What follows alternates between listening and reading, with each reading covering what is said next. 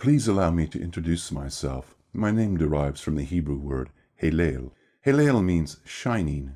Saint Jerome Latinized the word as Lucifer.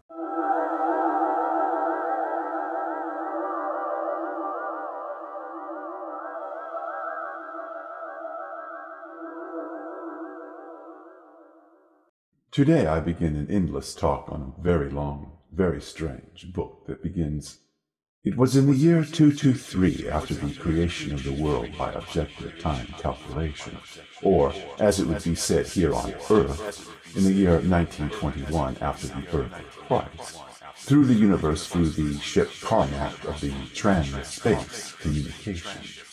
Thus begins Beelzebub's tales to his grandson, a mystical shaggy dog story dictated by G.I. Gurdjieff in 1921. That is fairly much all Mr. G is getting at when he references the year 1921. The spaceship Karnak is simply his cheeky metaphor for the book itself, a trans-space communication, tales from out of this world. But what of his reference to the year 223 by objective time calculation? What indeed?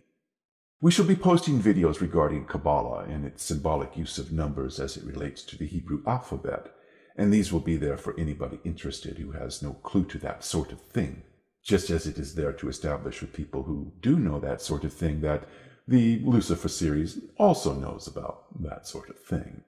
Merely having head knowledge of this sort of thing is meaningless, of course. It is all how one applies this sort of thing to the rewiring of one's central nervous system, and there are easier, simpler sorts of things one could be doing than this sort of thing, believe me. But G, being thorough and wanting to create a bridge with a very ancient past, chose this sort of thing. Kabbalah attracts the most intellectual students, the ones who wish to become the source of their own thoughts. However, power is woefully incomplete if one does not also strive to become the source of one's emotions and one's sensations. And this is acknowledged in Beelzebub's tales to his grandson by the constant reference to humans as three-brained beings, meaning mind and heart and body. But the application of Beelzebub to one's practice really is about becoming the source of one's thoughts. So let me begin with a friendly warning. In the end, to just strictly attempt to become the source of one's thoughts is to go mad. Beelzebub's tales to his grandson is intended for people who have opened up other centers of their being and are deeply in touch with their feelings and their sensations. Feelings of love and compassion and a sense of nature's underlying dimension, especially one's sexuality.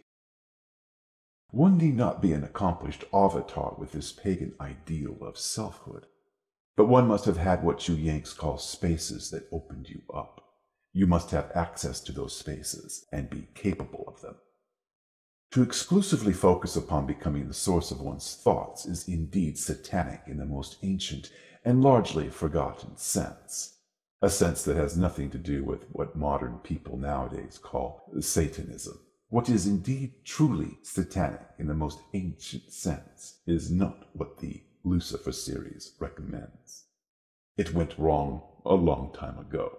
So the myths about all of that, the serpent, which are not just exclusive to the Hebrews, the Egyptians had a bit to say about it, and so did the Greeks. All of that, even though they are just stories, are getting at something that has some basis in real events, a very loose basis. Now, if you have never experienced some deep heart space of the kind that the Gospels speak of or Buddhism alludes to, you will get frustrated long before you go mad, and no doubt give up before it comes to some nervous breakdown, to be sure, and that is all just as well.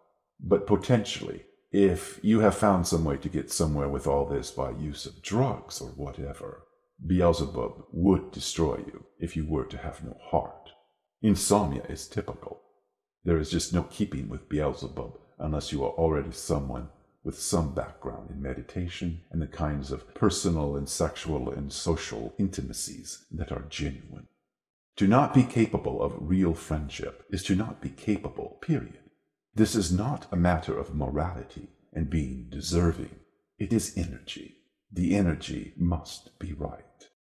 I will have one more introductory thing to say before moving on to the mystery of 223 by objective time calculation. Then beyond 223, there is what experiencing 223 is all about. That took Gurdjieff 1,238 pages to fully explore. A long, strange journey.